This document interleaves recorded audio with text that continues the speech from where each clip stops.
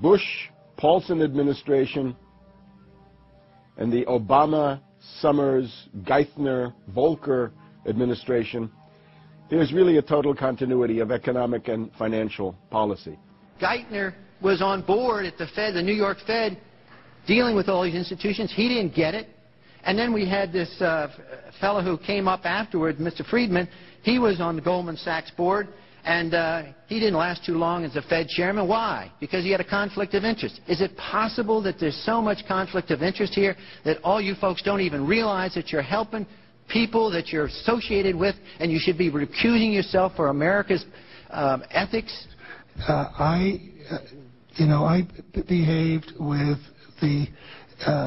You don't think you should have recused yourself when you asked Lehman to go in bankruptcy, you didn't put Bear Stearns in bankruptcy, and then you folded Merrill Lynch into... I mean, isn't there some point where you got to say, hey, I got a conflict of interest here?